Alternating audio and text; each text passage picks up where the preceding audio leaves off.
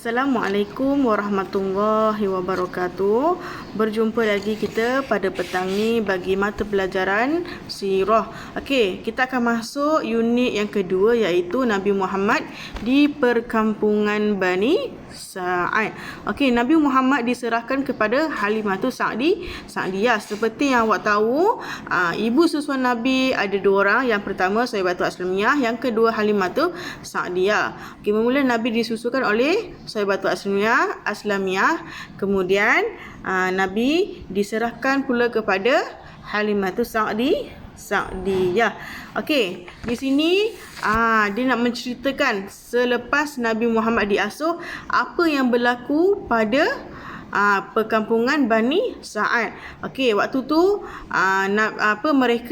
Halimatus Sa'diyah dia dah asuh Nabi Muhammad SAW, kemudian berlaku perubahan pada kampung Bani Sa'ad. Okey, sebelum Halimatus Sa'diyah pergi ke Mekah, dia nak mencari anak susuan. Perkampungan Bani Sa'ad dilanda kemarau dan kekurangan makanan. Itu sebelum Halimatus Sa'diyah pergi ke Mekah. Apa tujuan Halimatus Sa'diyah dia pergi ke Mekah? Dia nak mencari anak susuan. Waktu tu apa yang terjadi dekat perkampungan Bani Sa'ad? Dilanda kemarau dan kekurangan makanan. Okey, selepas keluarga Halimatus Sa'diyah hidup dalam keadaan menderita, setelah mengambil Nabi Muhammad, rezeki mereka semakin bertambah. Waktu tu keadaan Halimatus Sa'diyah, keluarga Halimatus Sa'diyah berada dalam keadaan menderita. Bila dia dah ambil Nabi Muhammad SAW, dia punya rezeki jadi melempah ruah.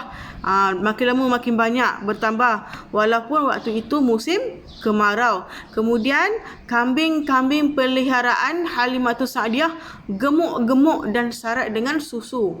Apa dia syarat susu? Maksudnya kambing dia tu banyaklah susu, sampai melimpah ruah rezeki. Okey, kemudian tanamannya pula subur dan mendatangkan hasil yang baik. Itu cerita selepas Halimatus Sa'diyah dia bela Nabi, dia jadi ibu susuan Nabi. Kemudian perkampungan Bani Sa'ad yang didahulunya tandus, kini subur dengan tumbuh-tumbuhan dan binatang ternakan. Nampak tak kat situ betapa hebatnya kuasa Allah kan? Setelah Halimatus Sa'diyah dia bela Nabi Muhammad, pelbagai rezeki yang tidak disangka-sangkakan oleh Halimatus Sa'diyah sekeluarga. Waktu tu keadaan kampung sebelum ni apa? Dilanda kemarau, lepas tu kekurangan makanan. Selepas datangnya Nabi Muhammad, semuanya berubah. Tumbuh-tumbuhan jadi subur, lepas tu hasil tumbuh-tumbuhan jadi banyak. Kemudian kambing-kambing peliharaan jadi gemuk-gemuk, susu kambing jadi banyak. Berubahlah keadaan pada waktu tu. Perkampungan Bani Sa'ad perkampungan Bani Sa'ad yang dahulunya tandus, kini subur dengan tumbuh-tumbuhan dan binatang-binatang ternakan. Nabi Muhammad diasuh di perkampungan Bani Sa'ad selama berapa tahun? 5 tahun. Okey, baginda dididik dengan penuh sopan santun dan akhlak mulia. Halimatus Sa'diyah juga membimbing Nabi Muhammad SAW supaya mempunyai perasaan belas kasihan dan suka menolong orang lain serta diasuh hidup dalam keadaan sederhanaan. Itu adalah cerita tentang Halimatus Sa'diyah. Berlaku perubahan pada kehidupan mereka sekeluarga selepas dia asuh Nabi Muhammad SAW.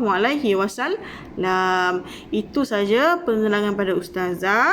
Okey, selepas ni Ustazah nak murid-murid tahun 2 boleh buka buku latihan muka surat.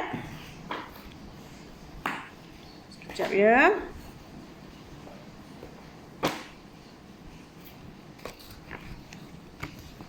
Awak boleh buka buku latihan muka surat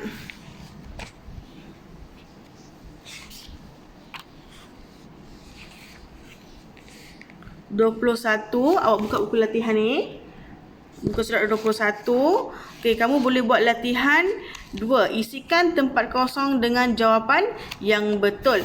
Okey, dekat atas ni dia dah bagi kamu pilihan jawapan. Kamu boleh rujuk pada slide yang telah Ustazah berikan. Okey, awak boleh rujuk kat situ, kemudian awak jawab soalan ni. Okey, itu saja pada Ustazah. Setelah kamu selesai, awak boleh hantar dalam Telegram. Assalamualaikum warahmatullahi wabarakatuh.